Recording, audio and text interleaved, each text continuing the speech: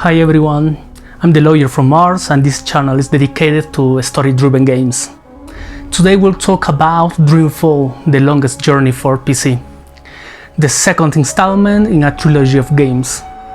In this channel we talk about and share our favorite moments in the games we love. Nevertheless, I want this channel to be welcoming to newcomers too. So this video has both a non-spoiler and a spoiler part. I'll let you know when big spoilers are coming, don't worry. Okay, very quick.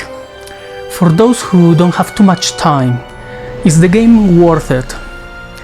If you're a fan of adventure games, visual novels and story-driven games, and if you've played the first game in the franchise, The Longest Journey, then yes. The game is not a visual novel, but it doesn't have too much gameplay, and it doesn't have too many puzzles. You play only for the story. It expands on what the first game started. This is one of those rare games where you cannot jump right into it without playing the first part. So if you haven't played The Longest Journey, go and do it now. It's a fantastic game, full of puzzles, great writing, awesome characters, and an awesome story. If you've played it, then stay here and let's have a conversation regarding this second installment in the series. Let's talk about the game itself. This is a story-heavy franchise, so I would definitely encourage you to play the first game. Dreamfall takes place between two worlds, Stark and Arcadia. In Stark, people uses technology, and in Arcadia, magic. Stark is more or less our planet, but in the future. The game is about how those two worlds interact, and also about their individual problems, all experienced from the point of view of three characters. I'll talk about them in a moment. Some differences between the first game and Dreamfall. The artwork is very different. The first one had a bit of cyberpunk in its design, although I don't know if we could call it cyberpunk. Its artwork was somehow similar to the original Final Fantasy VII. You know, where rusty pipes are showing and stuff. Kind of an old futuristic design.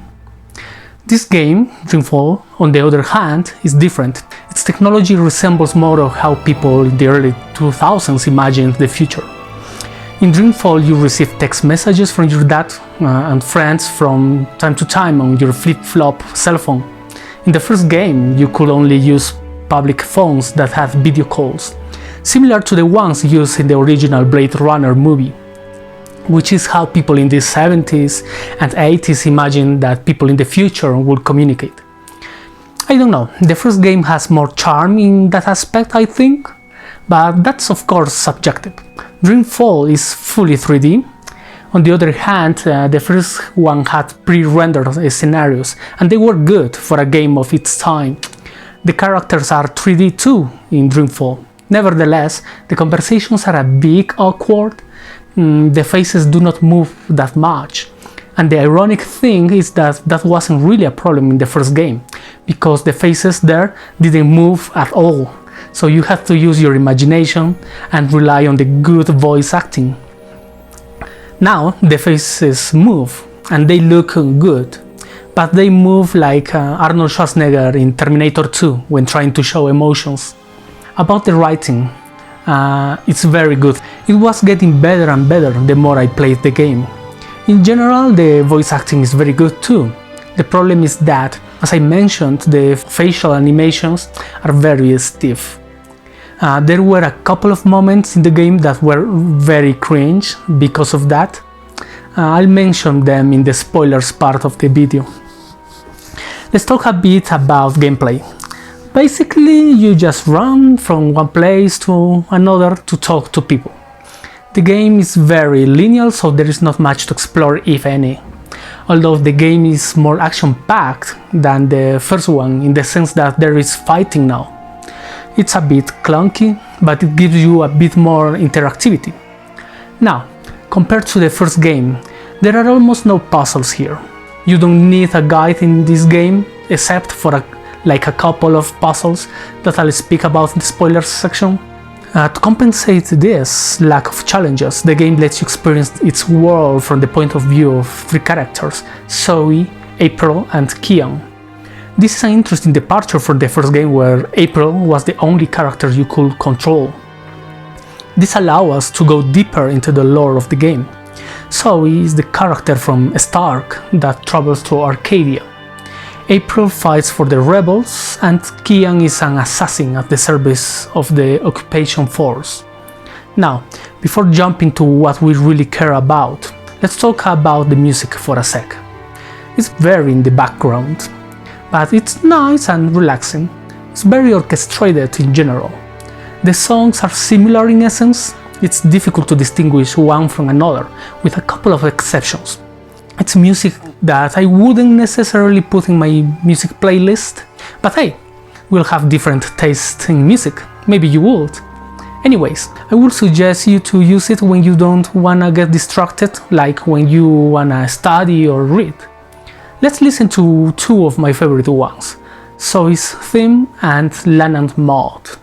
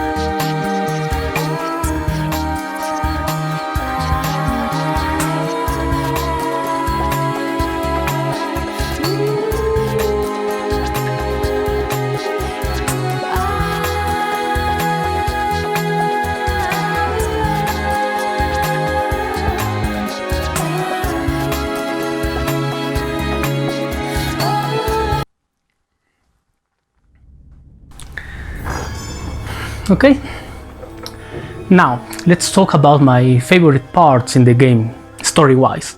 That means spoilers. Please go to this part of the video if you wanna avoid them. Ready? Okay, let's start. I divided my favorite moments according to the chapters that the game has. From chapter 1, when you start the game and you realize that you are playing as Mr. Westhouse. If you play the first game, you know who he is. His monologue is very interesting. He says that he's between comfort and uncertainty, and that any sane man will choose the former. Well, he won't. And I wouldn't either. People are very different in that sense. Some people are ambitious, some are not. Some prefer a peaceful life with a family, a car, and a dog.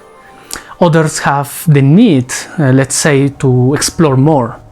Both decisions are good in my book. Neither is wrong. Which one did you choose? In my notes I wrote, and I quote, "The writing so far is enjoyable. It's like reading a book," which is true in this game. I also wrote, "The new protagonist is Zoe. Where is April? I think I wrote that because I loved April so much in the first game. She was so well written. Zoe's interaction with Wonkers, the talking monkey, is interesting. It's a nice example of science fiction, robots and feelings. Wonkers says that he doesn't get bored because he's always remembering the good times he had with Zoe. She answers that that's sad, but he says that he was programmed to always be happy. Funny dichotomy, right?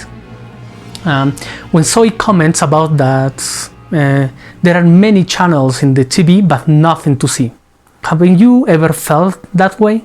I have, especially when I'm not feeling good for some reason. It's a strange sensation, like when you live in a big city full of people from all over the world, but you still feel lonely. Next, when I went out of the house for the first time and saw a picture of Wonkers in the street, I had a deja vu regarding the movie Blade Runner 2049, to be precise, when the protagonist sees the gigantic hologram of her AI lover. Makes you think about how deceiving AI can be. Robots may look, sound and appear to have human emotions, but do they? Now, from chapter 2. I used to find Watilas, the gorillas, a bit creepy, but after some conversations with Wonkers, I liked them. Wonkers mentions that when Zoe was out of town, he used to go to the window and wait for her day and night. He missed her, just like a puppy. Then again, he has AI, but still very convincing. When Lucia, Reza's Watila, wakes up, she says that she dreamed about Zoe. That immediately reminded me of Do Androids Dream of Electric Sheep? A book from Philip K. Dick, the book on which the Blade Runner movie is based on. If you haven't read the book or watched the movie, I totally recommend you both. They are science fiction masterpieces. Now, when we see the twins with the dragon tattoos for the first time, a reference to the book The Girl with the Dragon Tattoo, maybe? The game was published just 1 year after the book though, so it's probably not the case. Anyways, Zoe mentions that they look kinda inhuman, and I agree, one of them carried Zoe's weight with just one hand. So, are they androids? The game doesn't really tell you. Now, from chapter 3, we finally see April again, and she's headed to a known place too, Marcuria, the main city from the first game, which means that she's in Arcadia, the magic land, while Zoe is in Stark, the regular Earth. When Zoe arrives to Newport, the city in Stark where April used to hang out in the first game, it's very nostalgic. The bar, the fringe, and the mysterious door next to it are still there. Then we meet Charlie, April's friend. He was a bartender in the first game. Now he's still in the same bar, but as a manager. It's kinda sad what he tells you about his life. He gave up on his dreams. He wanted to be a dancer. He says that as young people, we think that passion is enough, but reality is that it isn't. I feel like I agree with him. Life's very tough, especially when you and your family don't have money, which is what happened to him. Now, Zoe meets a homeless woman that says that she used to own a famous art gallery. Is that the gallery where you met with Cortez in the first game? What happened to her? Next, when I arrived to the border house, now called the Victory Hotel. This is the student residency where April used to live. It looks like a sad place now. The murals are still there, which makes it look even sadder. Then Zoe meets a Chinese guy that sells stuff. He's very funny. He reminded me of the old NPCs in the first game. They were very, very well written. The NPCs here are good too. Since we started the game, people mentioned the eye. But when interacting with the Chinese seller, Zoe mentions the eye in the sky. Two things come to mind. The song Eye in the Sky from the Alan Parsons Project, a great song, and the book 1984, which brings the idea of a dystopia. The game is introducing one of its themes, the idea of a dystopian future where a big brother takes care of everything. Nice stuff. I thought it was gonna be nice to be back at the board house, but once inside, the atmosphere and music make me wanna finish that part quick. The place is so creepy now. After that, it was cool seeing Emma and Charlie together, April's best friends. They are still looking for April after all these years. Now, from chapter 4, something cool I noticed. Your menu changes depending on whether you are on Arcadia, the magic world, or Stark, our world. On Stark, your phone is your menu. On Arcadia, it's just a piece of paper. Neat. Okay, when I arrived to the first frustrating puzzle, the musical notes one, you need to play some notes in a sequence. The sequence is 1, 2, 1, 3, by the way. The problem is that you have to repeat a sequence that plays when you turn on a gigantic wheel some minutes before. If you didn't pay attention, you're done. I basically had to guess it. I had to try many times. This puzzle wasn't well designed. After that, it was good to see some places from the first game. In this case, the Journeyman Inn. Things started to make sense at that point. Theoretical Blind Bob, or should I just say Blind Bob, is an NPC whose story is a good example of the little details that make these games a pleasure to play. The characters in this franchise are always somehow interesting. The spices supplier also was a funny dude. He had a very distinctive way of speaking. When Zoe learns the language that is spoken in Arcadia, Old Tongue, I remember that it took April a while to learn about Old Tongue. It wasn't that easy for her. You had to follow a series of questions and answers with an NPC to learn it. It was fun. Here, in Dreamfall nonetheless, Zoe just easily learns it. It's kinda disappointing, but I guess developers thought that only people who played the first game will play the second, so I think they didn't want the players to repeat the same mechanics again. Crazy Clara, her reunion with her pet, it was something that made me feel good. I also lost some of my pets in the past, only to find them later. It's such a relief to find your pets after they were lost. I can't imagine what it feels to lose a pet. It's probably devastating. Mainstream Magda introduces us to some political themes. The main one, the theme of occupation of a land by a foreign power, in this case the Azadi. This is a very delicate subject that brings to mind the Israeli occupation of Palestine, for example, or the occupation of Armenian troops on Azerbaijani land. This is an interesting topic because one might think that games and their themes are just fiction, but many of them are based on real-world problems such as this one. When I discovered that Zoe is not a shifter, this was cool because I didn't want to play a similar story than the one April had. The short conversation that Kian had with his master.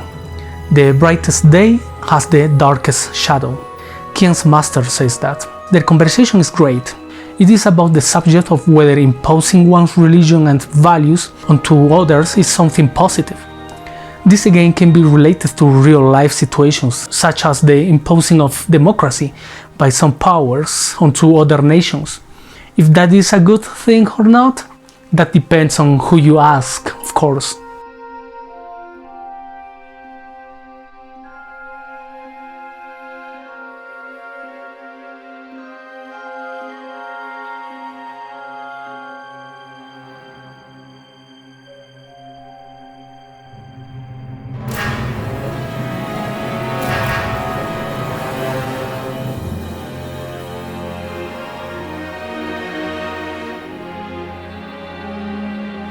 Now, from chapter 5, April's a very negative person now. She doesn't want to know anything about the Stark or its problems. She also refuses to look after Brim, the young man she saved from death in the past. Back to Zoe in the WATI corp museum. The part where she has this uncomfortable moment with another woman in the elevator was very funny. I'm just heading up to the 3rd floor to check some of the, vending machines. Oh, okay. I'll see you later. Let me get the elevator for you. So...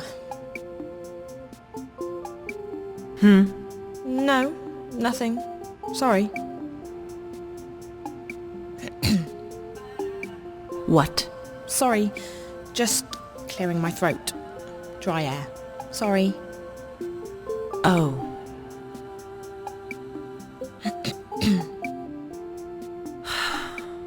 Sorry.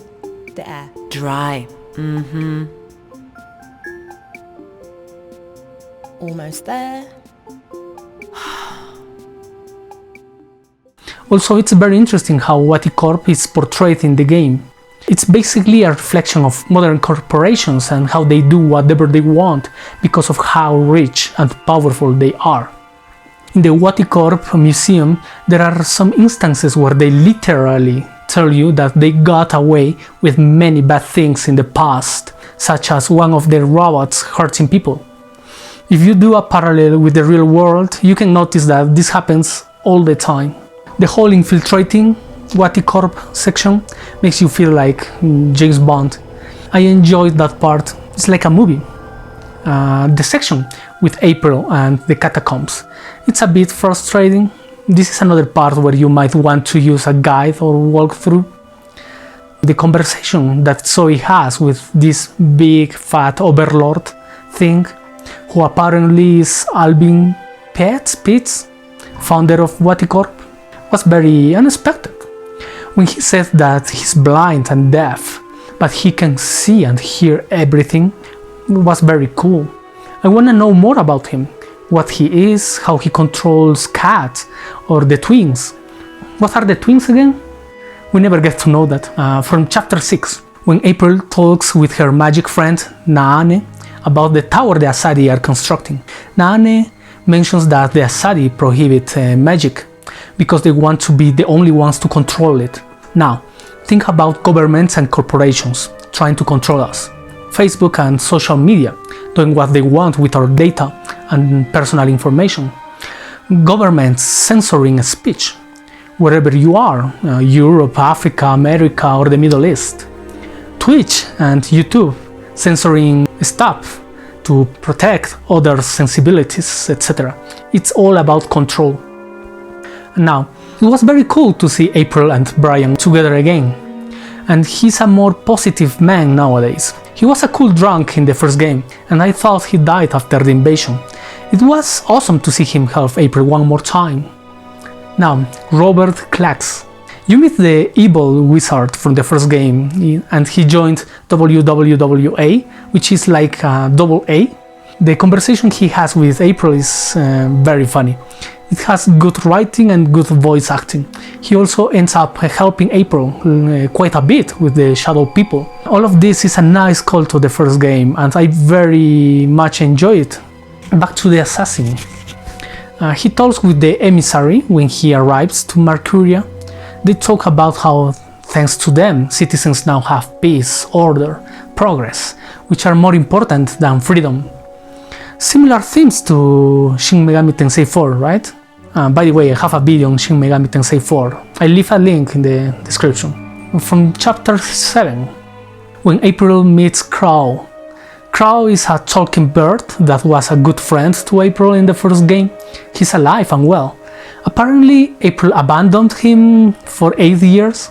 I don't remember the end of the first game and how that happened. It's still as funny as before. When we meet the White of the King, the Drake King is what we call dragons. It's just a different name. And the White of the King is one of them. She says that April is her sister. I forgot about that. April is not mere human, if I'm not mistaken. April is not a Drake King or dragon, but something else connects her to the White of the King. The White also mentions that there is only one dragon now. I guess her, because two of them, Cortez and the main villain of the first game, And the third one was the blue dragon that slept in the depths of the ocean, if I remember correctly. The whole conversation with the White King is very clarifying. It explains many things, like why April cannot shift anymore. Also, she's a very mysterious and enticing character. You feel like she's above everyone. She's kind of an ethereal beauty. She also calls Crow Funny Bird, which I liked.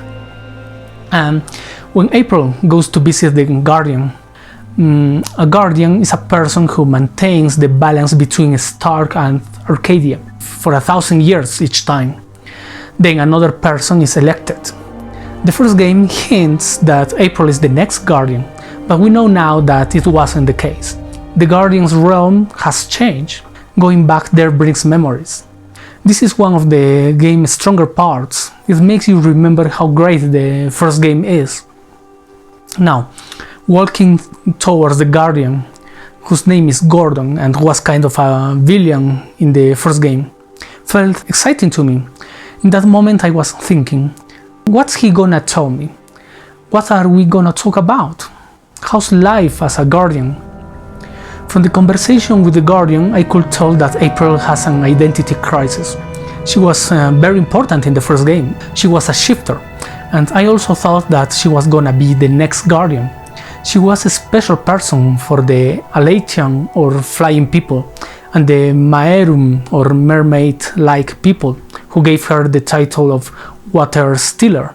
Also, she was very important for the Banda people, who gave her the title April Bandu Mbata. I love that name, by the way. She carried a big weight on her shoulders, but now the Guardian tells her that she doesn't have to do that anymore and that another one will. Zoe, I guess. It's like a passing of the torch situation, only that April is just like 29. She's still very young.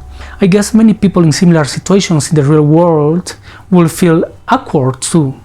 I don't know, like people who play sports, musicians, artists, etc., who were very popular but they are not anymore and had to watch new generations take their place after some short years of glory. Also, regarding the Guardian itself, he's not the same person anymore. He's like an empty vessel now, similar to Dr. Manhattan in the comic Watchmen. How disturbing is the concept to have power and knowledge, but at the cost of your emotions, personality, and dreams. I was a bit disappointed in the first game when April wasn't chosen to be the next Guardian, but now that I saw the Guardian, I'm glad that she wasn't chosen. Her personality is too precious. By the way, if you haven't watched the movie Watchmen, I recommend it. It's a nice take on superheroes. I was told the comic is great too, but I haven't read it. And now, from chapter 8. The first time Kian and April meet was great. It was a clash of beliefs, freedom versus peace and order. They discuss mainly military occupation and apartheid, which again is relevant today in cases like Israel and Palestine or Azerbaijan and Armenia. But they also debate about freedom of religion and freedom of speech.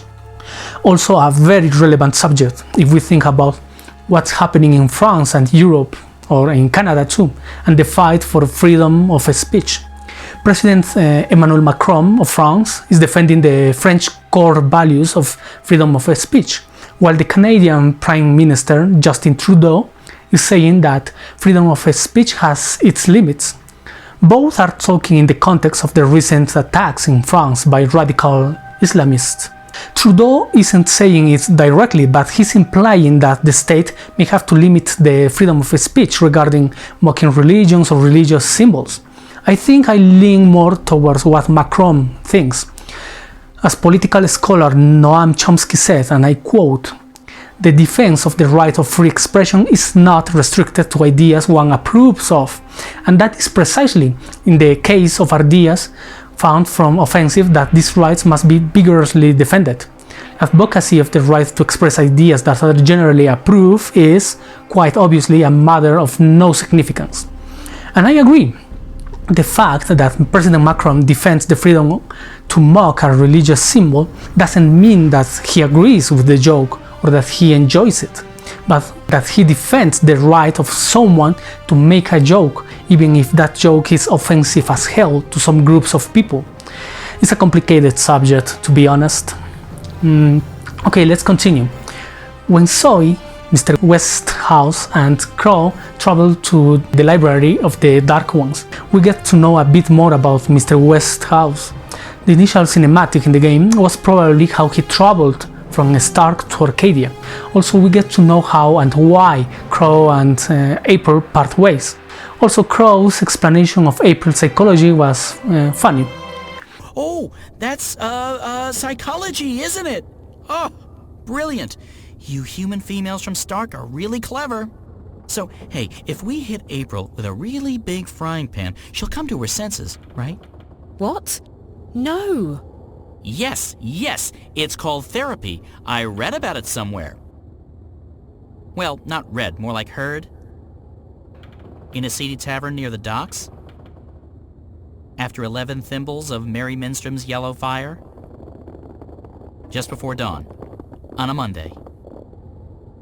But I remember the fella who told me. Big lad. Arms as thick as oak trees. A stunning collection of scars. Nice eye patch. A real therapist he was. Wait, maybe it was rapist. Now, when the Drake King meets Mr. Westhouse, she cannot explain what she's feeling. In the beginning I thought she was just feeling aroused by a male and she couldn't understand that yet, but now I think it was something different. When the Drake King talks to Zoe, she talks about the subject of dreaming, how Zoe is in Arcadia but at the same time she isn't, how she's dreaming but she's not in a dream. Very cryptic and interesting stuff that made me think a bit of the comic Sandman by Neil Gaiman. The whole game plays with the notion of dreams. If you are interested in this subject, I recommend you the comic Sandman. It's a masterful work that goes deep into the concepts of death, destruction, destiny, desire, despair and delirium, but especially of dreams. It's a comic that doesn't spoon-feed you its concepts, but it uses its narrative to explain bit by bit its abstract ideas. Very cool. Now, from chapter 10, Naane was supposed to bring a Scorpion, who is April, to Kian, the assassin, to save the rest of the rebels. It made me sad to see her betraying April, and April blindly trusting her. Naane meets with Kian for the last time, and he tells her that if he sees her again, his blade will kiss her throat.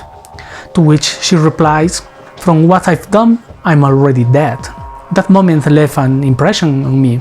What a sad moment. Kian doesn't want to kill April. He's having a change of heart. This should be a powerful scene, but unfortunately, it's kinda ruined for two reasons. First, Kian says that he has seen how the occupation is hurting people and that's why he's changing his opinion. The problem here is that we never see that. When you play as Kian, you never see people suffering under the occupation. It's like that part was cut from the game. And maybe it was because of the budget or a deadline. It's a shame. And second, the scene was ultimately ruined by the faces animations, which, as I mentioned before, makes the characters appear as if they were puppets who can only move their mouths. This was like the climax of the game, but unfortunately did nothing for me because of that. When the rebels were being killed, April was killed unceremoniously, and I think Bryn, the youngster who April saved from death, died too, crying for her. Zoe was supposed to save April, but she just looked to what happened to her from afar. Is April really dead? I hope not. I really need to know that, and that's the reason why I'll buy and play the third game in the series. Now, the Drake King was living in the library of the Black Ones in order to be safe, but someone or something attacked her and possibly killed her.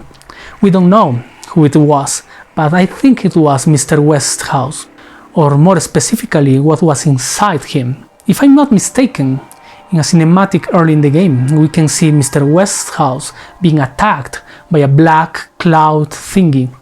I didn't pay too much attention to that, but now I'm sure it has something to do with the attack on the Drake King. I think that black thingy got inside Mr. West's house and waited inside of him till he was close to the Drake King to attack her. Now, from chapter 11, I wrote, "This game is getting darker and darker. At the beginning, I wasn't that invested on Zoe's story, but in the late game, I was because of that. Now we kinda know who the little girl was. Her name was Faith, and WATI corp was experimenting on her, disturbing stuff. Elena Chang, the woman we met in the beginning of the game, was the one who took care of Faith, and the one who left clues so someone would remember her. Now, from chapter 12, this was a very short chapter. Basically, Zoe returned to Casablanca and speaks with Elena Chang. Zoe reprimands Elena for what happened to Faith. Nevertheless, she agrees to help Elena convince Faith to let go. From chapter 13, this chapter is called The Longest Journey. Seeing those words in the screen made me think of the big adventure that this franchise was giving to me. Faith just confirmed that she talked with the White Lady, obviously the Drake King, and that it was her that asked Faith to tell Zoe to save April Ryan. Faith also mentions that she and Zoe are sisters and that they have the same mother. That's why Zoe is special, I guess. So, was Zoe created in a lab, like Faith too? That would make sense because Zoe's father works with biotechnology. There is a connection there. Then, when Zoe tells to Faith that she's supposed to be dead, damn, how cold of her. I repeat, this game is darker and sadder than the last one. And then Faith unfortunately dies. And just there, Elena injects Zoe with more drugs so she could not wake up again. I thought that in that moment she killed her, and that broke my heart, but then I remembered that Zoe was still alive in the beginning of the game when she starts narrating her story. Also, Wonkers asks if Zoe is sleeping, to which Elena answers that yes. I'm torn about Wonkers. I like him and I pity him, but at the same time I know he's part of WATI corp.